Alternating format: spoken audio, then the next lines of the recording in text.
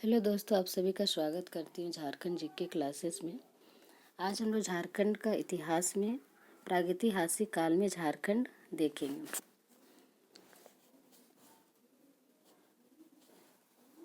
पहला प्रश्न है, किस काल के लोग आखेट एवं खाद्य संग्राहक थे? किस काल के लोग आखेट एवं खाद्य संग्राहक थे?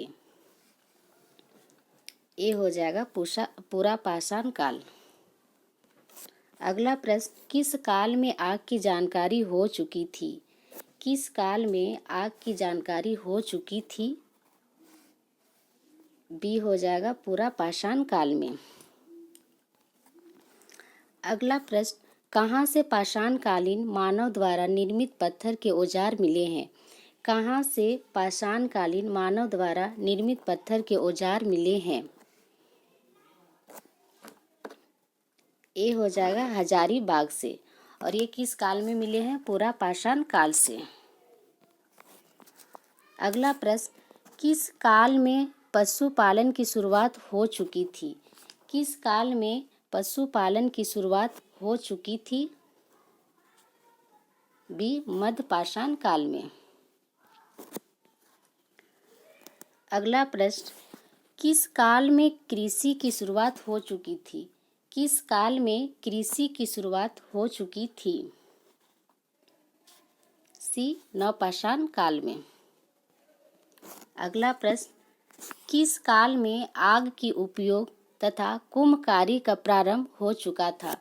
किस काल में आग की उपयोग तथा कुम्भकारी का प्रारंभ हो चुका था? बी हो जाएगा नवपाषाण काल में। अगला प्रश्न, छोटा नागपुर प्रदेश में किस काल के 12 हस्त कुठार पाए गए हैं? छोटा नागपुर प्रदेश में किस काल में 12 हस्त कुठार पाए गए हैं? इसका आंसर हो जाएगा सी नवपाषाण काल में।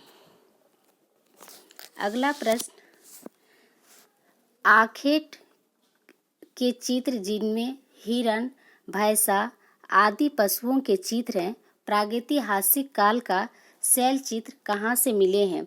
आखेट यानी शिकारी के चित्र जिनमें हिरण, भैंसा आदि पशुओं के चित्र हैं, प्रागैतिहासिक काल का शैल चित्र कहाँ से मिले हैं? बी हो जाएगा भवनाथपुर गढ़वा से। अगला प्रश्न, 4 पाए वाली पत्थर की चौकी कहाँ से मिले हैं? 4 पाए वाले पत्थर की चौकी कहाँ से मिले हैं? बी हो जाएगा पांडु। और पांडु कहाँ पे है? तो पलामू में। अगला प्रश्न, 7वीं शताब्दी के जैन मूर्तियाँ कहाँ से मिले हैं? 7वीं शताब्दी के जैन मूर्तियाँ कहाँ से मिले हैं? बी हो जाएगा बेनू सागर सिंहभूम से। अगला प्रश्न, नवपाषाण कालीन पत्थर काले रंग का मृदु भांड कहाँ से मिले हैं? नवपाषाण कालीन के पत्थर काले रंग के मृदु भांड कहाँ से मिले हैं? डी हो जाएगा बानाघाट। और बानाघाट कहाँ पे है? तो सिंहभूम में।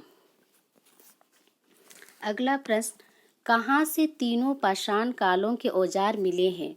कहाँ से तीनों पाषाण कालों के औजार मिले हैं?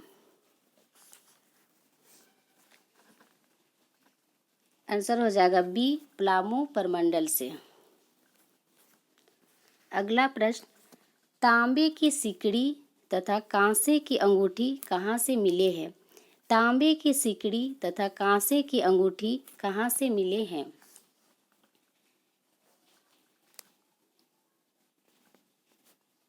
डी हो जाएगा मूरद। अगला प्रश्न, तांबे एवं लोहे के औजार तथा बाण के फलक कहाँ से मिले हैं? तांबे एवं लोहे के औजार तथा बाण के फलक कहाँ से मिले हैं?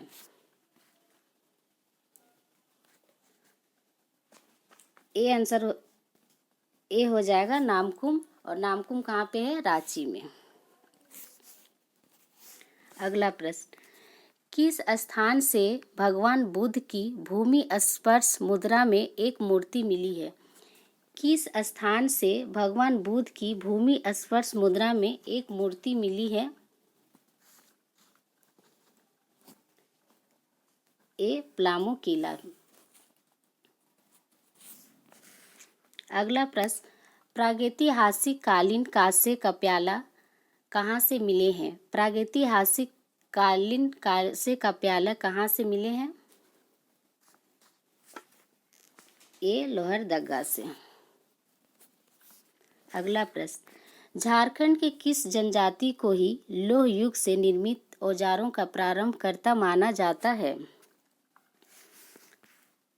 झारखंड के किस जनजाति को ही लौह युग से निर्मित औजारों का प्रारंभकर्ता माना जाता है? बी आंसर हो जाएगा असुर और बिरजिया। अगला प्रश्न, किस काल में हजारीबाग के 12 गढ़ा से तांबे की 49 खानों के अवशेष प्राप्त हुए हैं? किस काल के हजारीबाग के 12 गढ़ा से तांबे की 49 खानों के अवशेष प्राप्त हुए हैं? सी हो जाएगा ताम्रपाषाण काल से। अगला प्रश्न, किस काल में झारखंड का केंद्र बिंदु सिंहभूम था? किस काल में झारखंड का केंद्र बिंदु सिंहभूम था?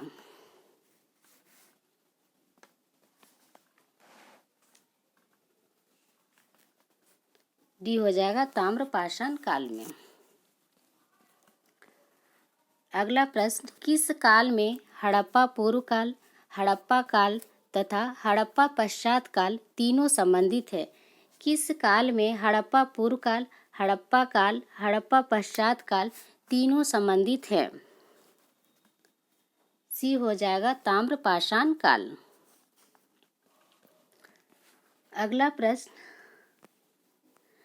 झारखंड में निर्मित लोहे को किस युग में मेसोपोटामिया तक भेजा जाता था, जहां दशमिक में इस लोहे से तलवार का निर्माण किया जाता था?